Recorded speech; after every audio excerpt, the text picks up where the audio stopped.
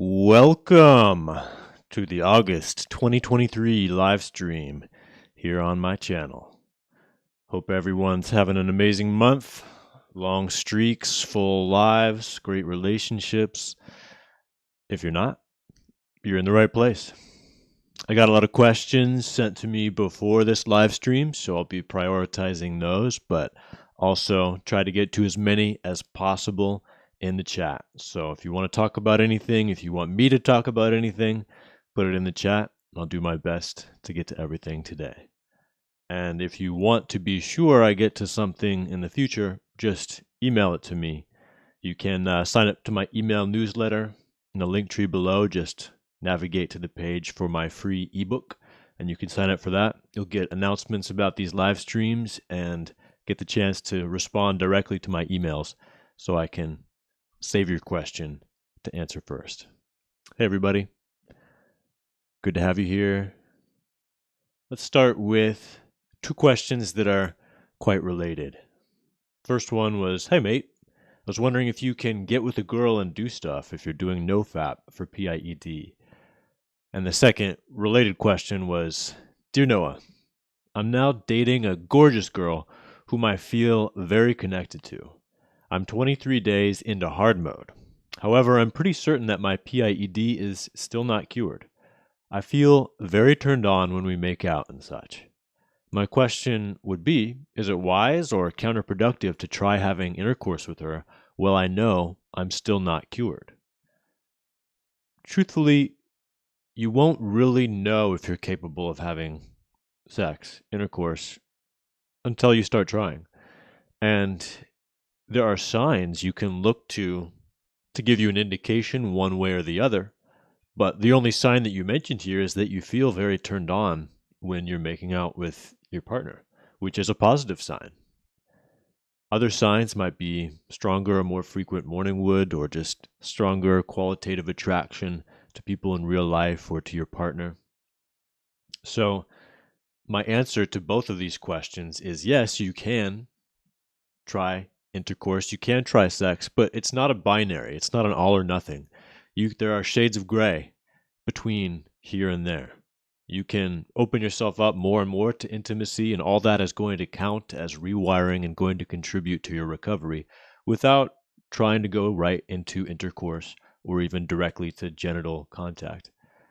And it's going to help you more than almost anything else if you can talk to your partner about your journey and get her totally on your team so she understands what's going on, and you can have the right expectations for your intimacy together. So there's not a lot of pressure on you to perform when you do try to have sex or be sexual with each other. And if you have that, then there's no reason to wait necessarily if you're feeling excited, if you're feeling turned on with your partner, and if you want to try taking a next step. It doesn't have to be a leap to intercourse, but it can be a next step. And at any time, if you feel like this isn't really working or I don't feel ready, you can always pause. You can, take a break either for 5 minutes or 5 weeks, if you need to. But you don't need to necessarily get to a certain number of days hard mode before opening yourself up to intimacy and starting to rewire. Especially if the porn-induced sexual dysfunction recovery is what's most important to you. If you are, either way, really, it is always beneficial to have a period of time, at least, on hard mode. It teaches you a lot about yourself. It can help you to reset your sensitivity and your sex drive. But it's not absolutely necessary. And if you don't do it now, you can always do it later. Welcome everybody from all over the world. I'm seeing some questions coming through already. I'm going to do one more that's in the chamber here, and then I'll answer one from the stream chat. Will it be easier to rewire if you're younger? Not necessarily. No, some things are easier for younger people. Some things are easier for older people. What is really going to make the difference there is, do you have prior sexual experience, positive sexual experience or not? If you do, rewiring is going to be a lot easier because you already have some of that wiring laid. This is more common actually if you're older. So younger people who are rewiring, if they don't have any of that positive sexual experience in their past history, it's actually probably going to be harder for them than it would be for an older person. All right, question from the stream now. Hey, congratulations, Claudio. You're on a 50-day streak, personal record. Really glad to have you here with us. Hey, Noah. I've been in a flat line for 8 months now, with no relapses to porn. I tried to have sex since, but I'm still not able to. My libido comes and goes. I do have morning wood sometimes, but some others I don't. Same for random erections during the day. Okay. So, if your libido comes and goes, then maybe you've been in and out of a flat line or flat lines for 8 months, but it doesn't sound like you've been in a constant, consistent flat line for 8 months. So the signs that you see of your libido returning sometimes, or of you sometimes having good morning wood or strong random erections, those are all great signs. I'd have to talk to you to really know more about your situation and give you specific advice, but the way that you wrote it made it seem like you maybe only tried to have sex once, and maybe you just went right for intercourse. I'm making assumptions here, but I have to from what you wrote. And if that's the case, maybe you didn't give yourself enough time to get comfortable with intimacy and to build up your rewiring to the level where you'd be more confident and capable of actual sex, actual intercourse.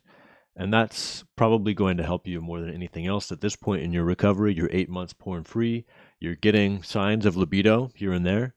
And if you have that consistent relationship with someone who understands what you're going through and is patient and has the right expectations, that is going to set you up with the best chance of being able to line up everything that needs to line up and having some positive sexual experiences. And the more you have of those, the more you rewire, the easier it will tend to get. Some more questions from the chamber, so to speak. Do I also have to stop touching my thing to see if it works? So testing your progress and your erectile responsiveness is a tempting thing when you're trying to get your erections back. I know. But if you're doing this frequently, several times a week, every day, multiple times a day, it's going to be counterproductive because it's like you're waiting for your leg to heal from an injury and you're testing it, like you're putting your weight on it, ow, ow, like several times a day. You're actually just aggravating the injury and not allowing it to heal. But if you're every couple of weeks or every month, you put some weight on it and you see what it's capable of, see where the line is, where you start to feel pain. That's much more reasonable because you're giving your body enough time to do some healing and then you're testing. So if you want to reduce that frequency of testing or like plan, okay, like every 2 weeks or every month, I'll take 5 minutes and I'll touch myself and I'll just enjoy the sensations and I'll see how I respond. And then I'll record, what the response of my body was. That could be a good approach if you don't want to cut out testing altogether. Now, of course, the best tests, if you have the situation and the relationship to do it, is with the partner, not by yourself, because that's probably what you're actually after is a healthy sexual response with a partner, not for porn-free masturbation. But that can be a stepping stone on the way there if you don't have a partner or you are unwilling to test with someone else. Let's say I relapse after 60 days. Will I lose all the progress I have done in the past days? No. Okay, this all or nothing thinking holds a lot of people back, especially if they just, have a slip or maybe they even have just like a wet dream and they feel like they've lost their streak and they're no longer pure and clean. And now they feel like since they lost that perfect state, they might as well just wallow in the dirt until they feel fed up enough to start another streak. And this is really going to hold you back, more so than a single slip or a single relapse. This all or nothing mindset will hold you back. Now, I'm not saying that you should let yourself slide on, looking at porn substitutes or looking at porn once a week or like using porn in moderation. That's not what I'm saying. I'm saying that once a slip does happen, once a relapse does happen, if you hold on to that all or nothing mindset, you're going to feel like nothing. And at that state of feeling like nothing, feeling worthless, you're probably not going to treat yourself very well. You're not going to be able to turn things around. But if you have a nuanced, realistic perspective of recovery, you're going to be able to just learn from that slip or that mistake and carry forward. It's like you've been walking for 60 days toward your goal, and then for one day, you accidentally walk in the wrong direction. But you don't have to keep walking in that direction. As soon as you realize, you turn back around and you keep walking towards your goal. Now, one thing that is a nuance to this that doesn't quite fit into that metaphor is the dangers of intermittent use, which I've made a video on in the past. And you can search for it on my channel. It's called How Reducing Porn Use Can Be Harmful or something like that. And that's a bit of a clickbaity title, but it's also true. And that people who get into that cycle of long periods of abstinence punctuated by relapses or binges, they're actually basically on a neurobiological level telling their brains, don't reboot, don't rewire, hold on to your wiring for porn, because even if it's been 2 or 3 months since we've used it, it's coming back just like it came back last time. So that, again, doesn't mean that you've lost everything, but it's not a pattern that you want to get into either. So do what you have to. Take those slightly uncomfortable steps. Put in the work up front to set yourself up for success so that you don't fall into that trap and don't elongate your self-torture that you're putting yourself through in addiction. What does that mean? It means getting support, getting a therapist, getting a coach, signing up for a support group like the one that I run, getting courses that will guide you step by step through the process of recovery. All of these resources you can find in my link tree down below. One more pre-question here before I go back to the chat. Do chatbots count as a kind of adult content? Well, it depends, of course, on how you use it. Anything that you're using that's artificial, that's screen-based, or like not actually a real person in real life, anything that you're using for sexual titillation, for a feeling of sexual excitement, is part of your addictive behavior if you're addicted to porn. Even if it's just text-based and usually you'd be relapsing to images or videos, if you're getting a sexual charge in an artificial way like this through interacting with technology or with paper or anything not flesh and blood human, it's going to count, quote unquote, and it's going to hold you back.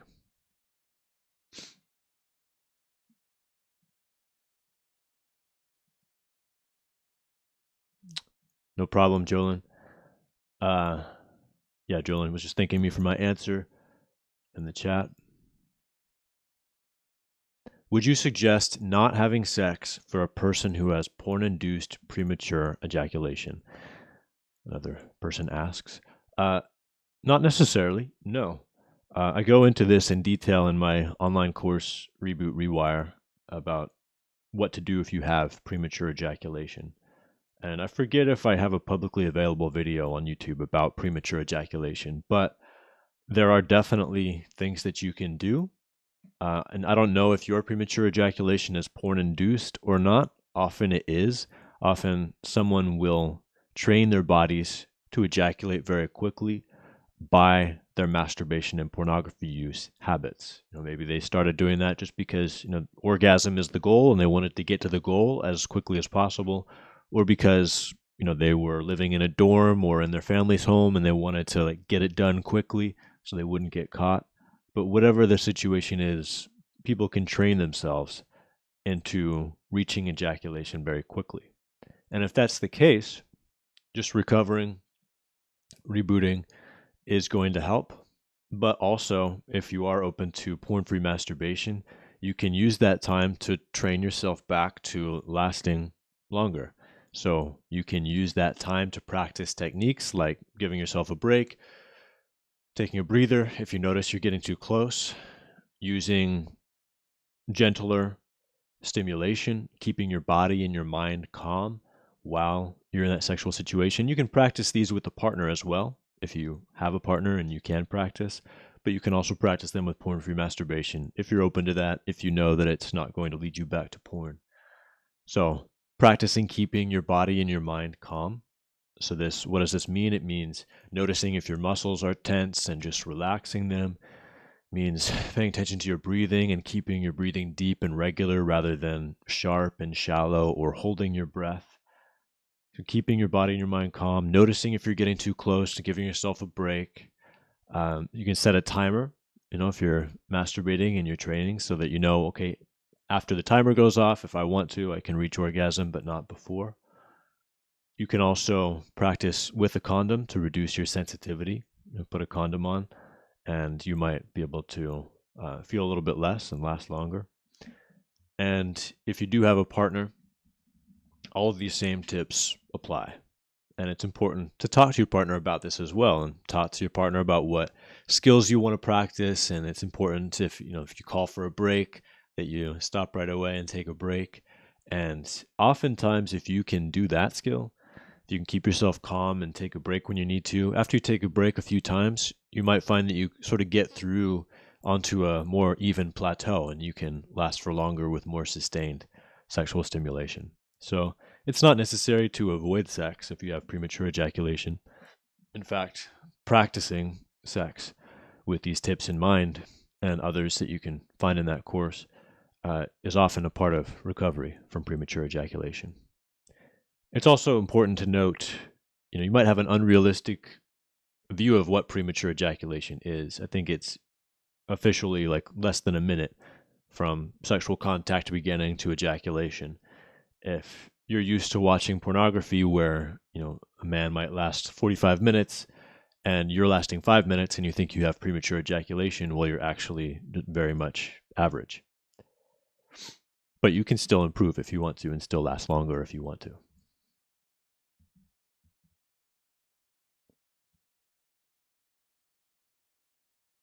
Noah, I'm curious about book recommendations besides your book and Your Brain on Porn. I love reading books. I've been reading books on self-growth, self-mastery, and recovery for a long time.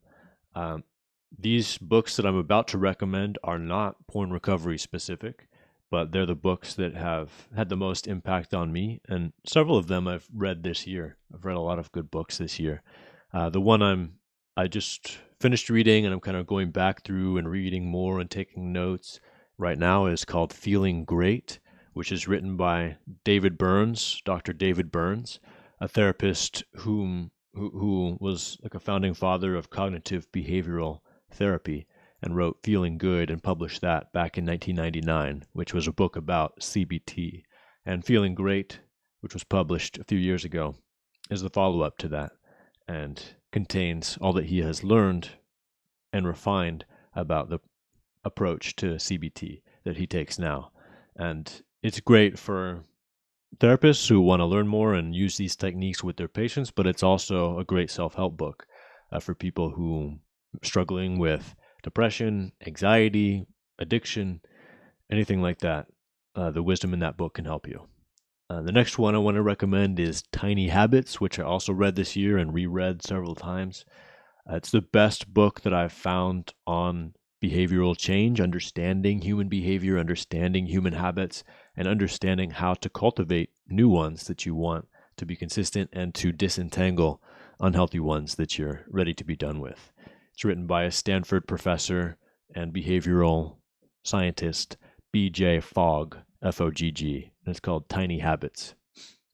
And others that I've recommended before and read a long time ago, I like Four Agreements a lot. The Four Agreements by Don Miguel Ruiz. Simple, short, but very valuable wisdom. I'll leave it at 3 books for now. Francesco asks, what if I use my imagination? I imagine you're talking about solo sex and masturbation. What if I use my imagination for that? And you also asked, some people say that not masturbating many times in a month can be harmful. What do I do if I'm rewiring? Okay, I'll just talk generally about masturbation and recovery. It's not harmful to abstain from masturbation or to be abstinent entirely. There's no scientific consensus that there are any long-term health harms of being abstinent or of not masturbating. There are some isolated studies that might show certain results, but those studies are contradicted by other isolated studies, so there's no consensus, as far as I know from the last time I looked into that.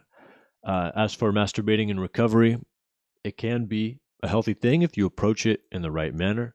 And for more on that, go to my article and video, Is Masturbation Healthy or Not? If you are masturbating, if you are fantasizing, a few hot tips for you is to keep that fantasy grounded in reality as much as possible. Keep it first person, either imagining past experiences you've had or imagining realistic experiences that you would want to have in the future. And don't jump right into explicit imagery. Think about, seeing someone you're attracted to for the first time, asking them out on a date, first time you kiss, everything. Take it through that process and make it as realistic of a visualization as you can. And about the frequency of masturbation, it should probably be, this is just a general recommendation, no more than 1 or 2 times a week while you're recovering. And this is going to vary for different people with different needs, of course, and at different timelines in their recovery. But that's a general recommendation. And if you are masturbating, it's often best to have it planned out. Okay, Sunday evening, I'm going to have some time. I'm going to actually schedule it, put it on the calendar. That's going to be when I have some me time and enjoy masturbation, rather than just acting on impulse. Because when you're acting impulsively or compulsively, you're often reacting to emotions like stress or loneliness and trying to solve that problem with masturbation, which is the same pattern you likely used porn for. It should be time when you're already feeling pretty good, you have some free time, and you just want to enjoy yourself sexually, rather than being a compulsive reaction or a coping mechanism. And yeah, someone else mentioned it here.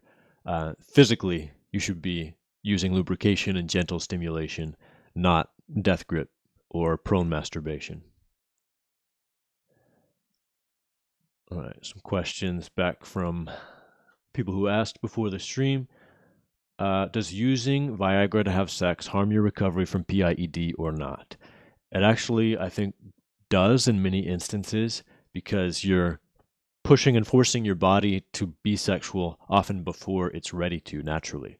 If you're doing that and you're shortcutting your reboot period by taking Viagra or similar medications in order to force an erection, it's, and I've used this metaphor many times before, like going for a run after taking painkillers to make the pain of a recently sprained ankle a little less.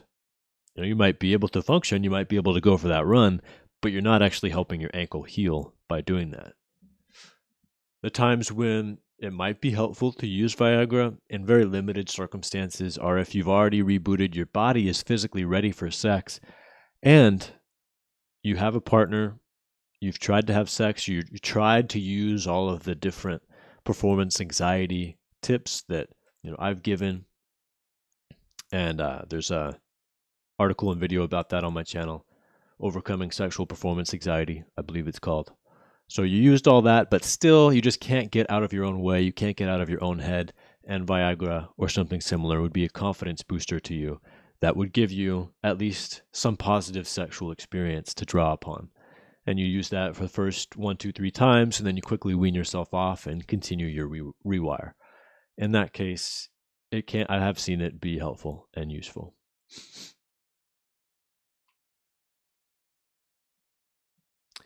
Hello, Noah. I saw transgender porn for 5 months, after which I realized that I am not interested anymore in normal straight porn.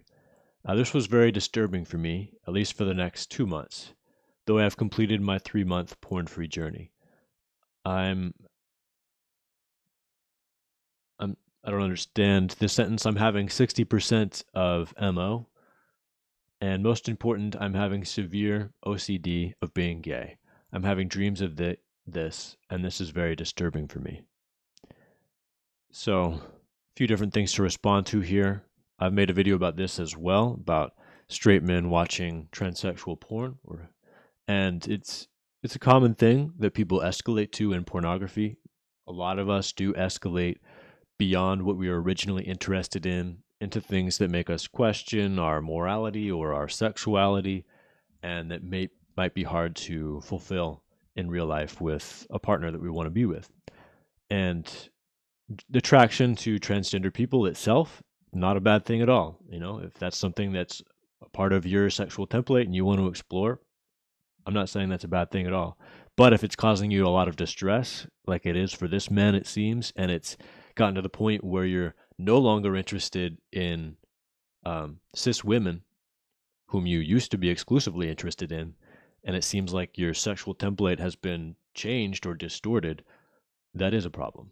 And recovering, rebooting, and rewiring with real partners is definitely going to help you recover your attraction to cis women. So you shouldn't worry about that. You shouldn't worry that you'll never be able to have a healthy sexual relationship with a cis woman if cis women is who you used to be attracted to. You can get that back. You might always have an attraction for transgender people as well, and that's okay. If that's something you want to explore in real life, I'm not going to stop you. But you might find that you lose that interest as well over time. Now, about the OCD part, it's common to develop that paranoia, that fear, that constant need to check yourself and know for certain, am I gay, or what is my sexuality? Who am I attracted to? Hopefully, this will fade in its own time as you recover and as you get more of your natural latent attractions back. If it doesn't, it can be helpful to see a therapist who specializes in treating OCD. It also can help to really challenge these thoughts and fears logically. And someone who is gay, for one, a male person who is homosexual is probably not, and very unlikely, going to be interested in pornography featuring a trans woman. If they appear feminine, they have feminine traits, maybe they just have a penis, they're probably not going to be very interested because they're interested in the masculine form. And so your fears of being gay, quote unquote, aren't really supported by the evidence that I'm seeing. And even if your sexuality isn't strictly heterosexual, what's the harm in that? Is it going to stop you from having a successful relationship with a cis woman if that's what you want? Doesn't have to. Other people have done it and been successful, and it could even be an advantage. You have more options for exploring intimacy with people than someone who's strictly heterosexual.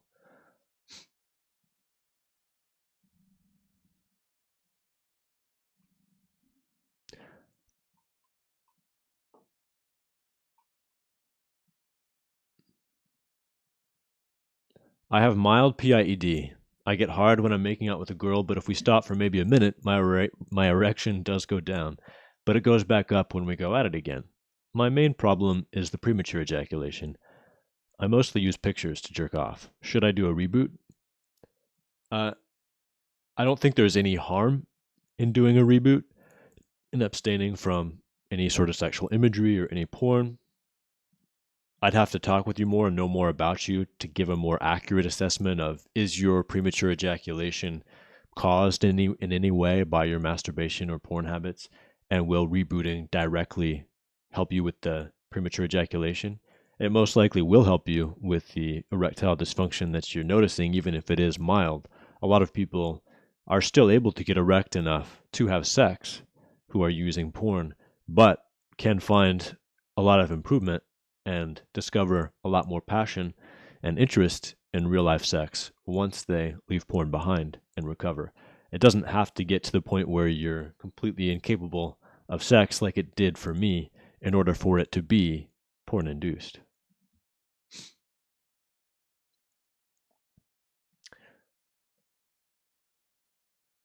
I watched your video on YouTube about PIED. I have a lot of them. I knew about PIED by watching your videos. I have quit porn for 76 days. My morning wood has come back, but not 100%, maybe 60 to 65%. I'm suffering with PIED. Please give me some tips which will be helpful for my recovery. Well, a great place to start is my book. I'll give you a lot of those tips, a lot of setup of expectation for what you can expect in recovery. You can get it for free. PDF is given away for free through my email newsletter. Click the link tree below for that. I also just recently set my ebook on Smashwords to free and set it to, I think, 99 cents on Amazon. So if you want it on your e-reader, you can find it there for free or close to free. And as far as what you're doing, you're rebooting, you're porn free for 76 days. That's a great start. Your morning wood has come back, not to 100% yet, but more than halfway. That's a great sign. 76 days is a great foundation, but most often people need quite a lot longer than that to see full recovery. So I think you're on the right track from what you wrote to me. And there are plenty more tips that you can get in my book or in my other videos, but you're doing well so far, it seems to me. Hey Noah, it's me again. In one of your videos, you said you had a book for younger children to learn about pornography addiction. I have a 12-year-old brother, and I want to make sure he doesn't suffer like I have. What content does it go over, and how sensitive is the material, since he is still a baby? I mean, he's 12, he's not a baby. Where can I buy the book? Any other advice on how to prepare him to avoid pornography, and how to illustrate the danger of it? So that book that I was probably referencing was called Good Pictures, Bad Pictures. And it's appropriate for a 12-year-old, definitely. There's also a Good Pictures, Bad Pictures Junior that I think is good for like 3-year-olds, 4-year-olds. And that book can be a great starting point for a conversation. And maybe he's old enough that he thinks it's like a little silly or a little uncomfortable. You can roll with that and just say like, hey, I wanted to talk to you about this and wasn't sure how to start the conversation. So I was wondering if we could read this together. But what you can do aside from sharing that book with him that I think will help him more than anything else is sharing your own story, at an age appropriate way, of course, but you can say like, hey, I actually fell into this trap because no one shared a book like this with me when I was your age. And it actually ended up harming me a lot. It prevented me from having healthy relationships when I otherwise might have been able to. And it caused me, X, Y, and Z other problems. And so I want to make sure that you have the warning that I never had. And, if you ever do encounter this or you have questions about it, I want you to know that I'm here to talk, and I understand. And having someone like that in his life who cares enough to have that conversation with him and who he feels safe to go to and talk to about this if he needs to, that's going to help him so much.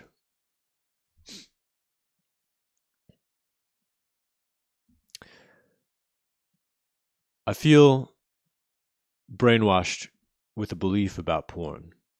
When I quit, I used to think, oh, I could have watched all these things in porn, and now that won't happen anymore. This aspect of my thinking is making it hard for me to quit. I know this is dumb, but could you just explain this on the upcoming live stream? And please focus mainly on what I should think instead of thinking like this.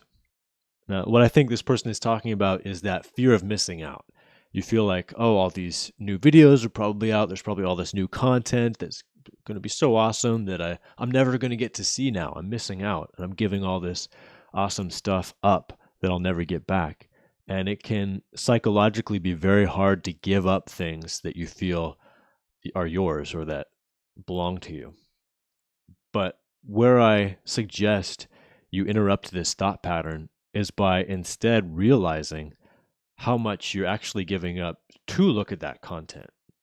All the things that you have by right, like a healthy sexuality, healthy sexual desire, peace of mind, the ability to focus, the ability to enjoy the rest of your life, all these things, the ability to control your own actions and have self-control.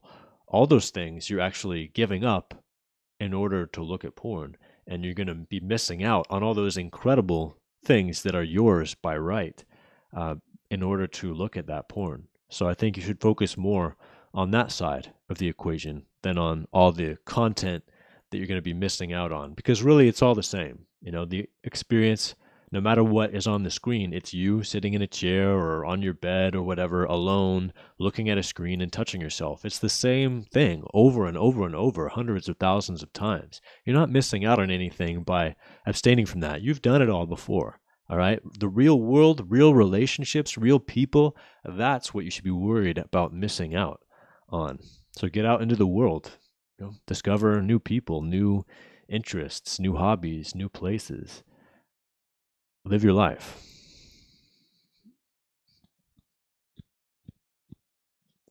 I'm always thinking about quitting while I'm on my journey. Is that a bad thing? Or should I never think about quitting or porn? Even if I tried not to think about PMO, still it is hard. Like with most things, there's a balance to be found here. You should be thinking about recovery enough that you're doing the work, you're learning what you need to learn, you're putting your systems and your new habits into place. But once you have those things learned and put into place, you know what you should be doing, you know what you shouldn't be doing. You shouldn't be giving all your time or your attention or your thoughts to this journey. You should focus as much as possible on living your life, on moving towards what you want in your life, rather than thinking overly about the things that you no longer want in your life.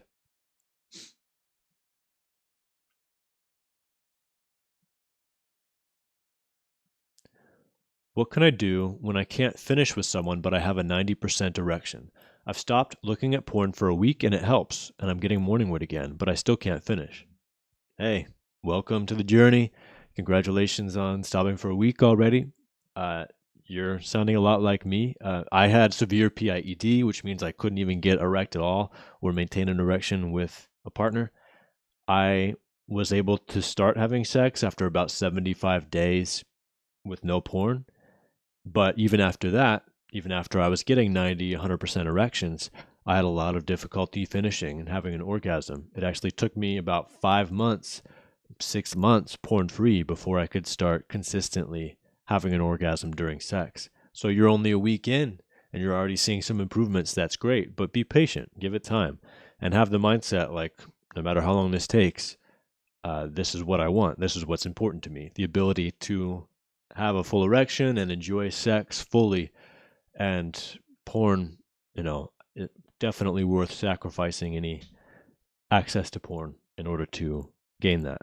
Now, if you're still thinking, oh, I'm going to quit porn for long enough to enjoy sex fully and be able to have an orgasm, but then I'll start using porn again. If that's your mindset, I'm probably not going to be able to stop you or convince you not to, but I will warn you, once you've developed any sort of porn-induced sexual effects like this, like porn-induced delayed ejaculation, and you heal from it, it's going to be very easy to bring it back. A lot more easy to bring it back than it was to develop it in the first place.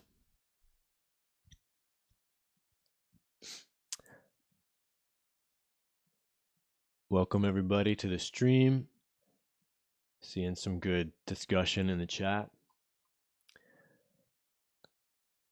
Can one still fully reboot while watching and scrolling through entertaining videos on YouTube that aren't porn related?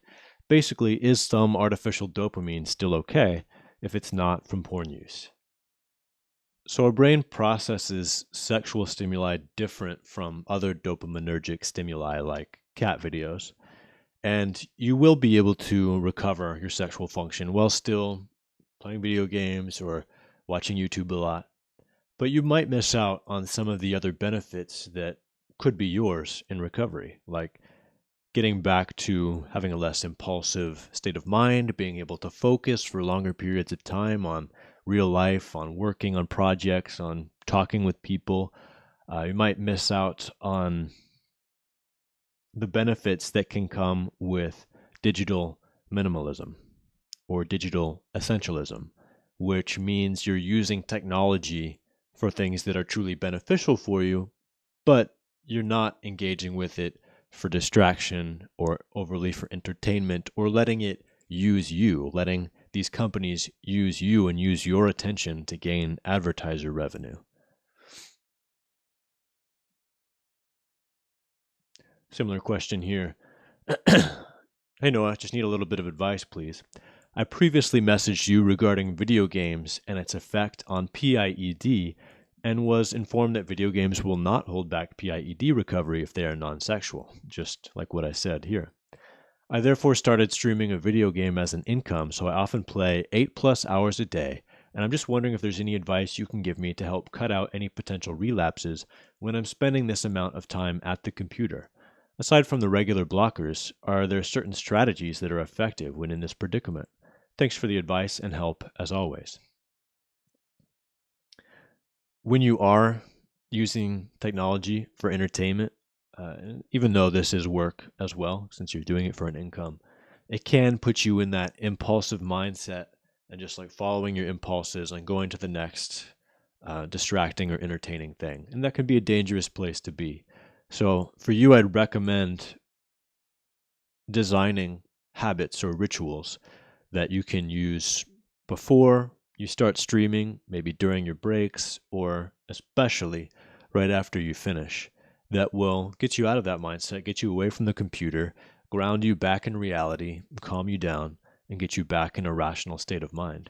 So maybe that's, as soon as you click end stream, you put on your shoes, you get outside, and just go for a walk around the neighborhood, or, maybe it's getting on your bicycle, maybe it's picking up a musical instrument, going out on your porch and playing, have some sort of habit or ritual like that that gets you back into reality, grounds you emotionally, and helps to eliminate that danger of being in that impulsive mindset after 8+ hours playing video games for a living.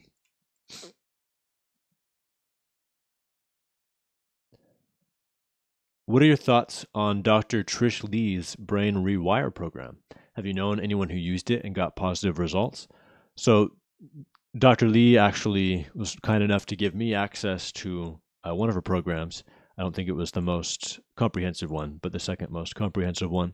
And so I went through her program and I liked what I saw. I saw a lot in common with my own program. And I think that makes sense because, what works, works. And we come at it from slightly different angles sometimes, but there's a lot of overlap. And I think that her course, her programs are probably going to be very helpful for the people who subscribe to them. Of course, I also recommend my content, my courses, but if you vibe better with her approach, then absolutely, I think that her courses will probably benefit you. But like any course, it's a lot about what you bring to it, the commitment level that you bring to it. Are you willing not just to listen and read, but also to perform the exercises, perform the actions, engage with the content, push yourself out of your comfort zone, and start making the changes that these courses recommend? If you're not willing to do that, no course is going to get you to the finish line where you're trying to get to. Just one more question from before the stream started, and then I'll get into the chat. And this question is, what are your thoughts about ASMR videos? The ones with women in them who are whispering and sitting close to the camera. If you couldn't hear me, I don't know what that sounded like for you guys, but it was a question about ASMR videos. And the answer is the same as the one for chatbots. If this is something that you're looking to for sexual titillation, sexual excitement, then it's probably something you should be abstaining from. On the other hand, if it's just relaxing, it's kind of like meditation or listening to a good song that relaxes you, it's probably fine. But if it's something that you're interested in because it's attractive women who are doing it and because it gives you that sexual charge, you should probably add it to your list of things to avoid.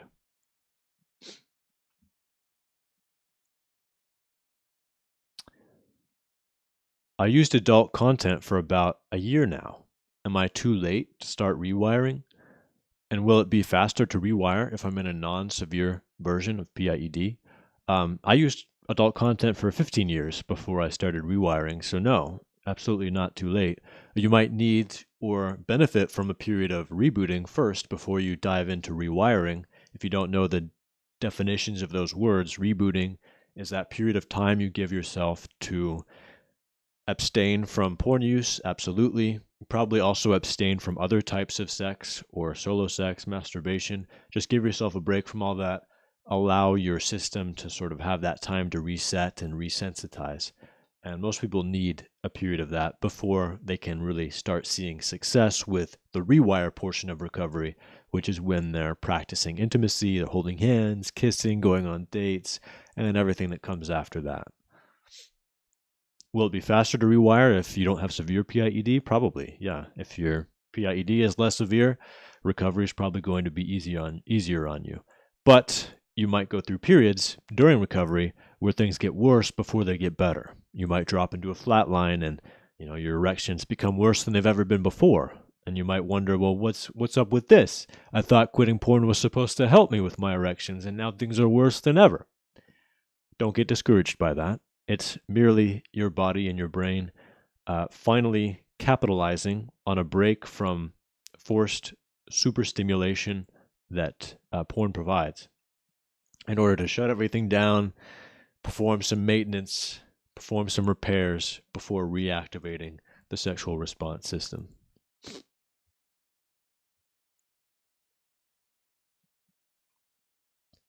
All right, let's see if I can find some other questions in the chat. Another question about transsexual porn addiction and HOCD. I'm not sure if you were the same person I answered that question from in the list of questions that I had from before the stream. But if you missed it, this live stream will be available for replay. Go back and watch that part. I can't maintain an erection while standing. It fades away in seconds if I stand. Is this PIED? Yeah, like I mentioned earlier, PIED isn't a binary thing. It's not like either you have severe PIED or you're totally good. There's all this space in between where people lie. And one way that often presents is that you might have difficulty maintaining your erection in different body positions, like if you're standing is a very common one. And if you are also using porn and you're having difficulty maintaining erections in certain body positions, it's very likely that this is the beginning of PIED. This is a mild form of PIED, and recovering, like I recommend for people with severe PIED, will benefit you and will show you benefit for maintaining erections in different body positions. I also have wet dreams, maybe 2 or 3 a month. I don't take it as a relapse because it's not related to porn. Don't worry about it, guys. Thanks for sharing that. Very much true. Wet dreams, they might have an effect on you. They might leave you feeling that orgasm hangover or leave you with stronger urges for a day or 2 or 3, but it's not a relapse. If you can wake yourself up and not have a wet dream, and that's what you want to do, go for it. But if it happens, it happens. Don't worry about it too much. Is it normal to struggle with this for years? I've been trying to quit since I was 15 and I'm 21 now. I only ever get 1 or 2 months and then I binge. It feels hopeless at times, although I'll never quit. I imagine you mean you'll never quit quitting. You'll never quit trying to be porn free, which I applaud. And yes, it's absolutely normal to struggle with this for years, decades even. But it's not like there's a preordained number of years that you have to struggle before you reach success. You can do different things. You can take different approaches. You can push yourself outside of your normal, outside of your comfort zone, and make that difference happen. So if you haven't done it yet, I recommend reaching out for support, whether it's to me or another coach or a therapist, joining a group, whether it's the group I run, 12-step group, another coach's group, making connections, building a community with other people who are also going through this, opening up to people who love you in your personal life, reading books on the issue, taking a course on the issue. Do what you have to do. Put in the work. It is going to take some time. It's going to take probably some investment, some cash. It's going to take some work. But if you put in that investment up front, it's actually going to be much easier and much more successful in the long run rather than going at it with 80% effort for the next 10 years, continuing to go a month or two porn free before you relapse.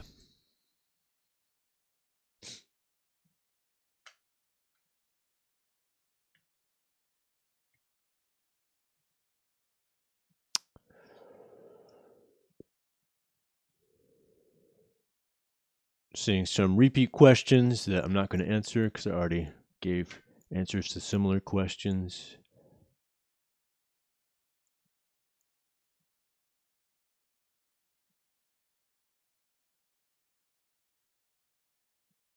All right, I think I covered everything I see for the most part. Seeing some good discussion. Maybe those of you who are making connections here message each other after this stream. Talk more. Make an accountability partnership. Urge each other on to success. If you want better chances of making those connections, definitely look into joining the support and discussion group that I run. We have our private Discord server. We have several live group calls each week where we can share what's going on in our lives, in our journey, ask and answer questions, give and get advice, and make some lasting friendships and accountability partnerships that can really, really help.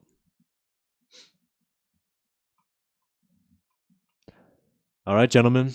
Thanks for joining me for the August live stream. I'm going to end it here. It's been a good one. And if you had any questions that you forgot to ask or I missed somehow, just email me. I'll put it on the list for next time. Noah@coachchurch.com is my email address. I'll see you in the next one.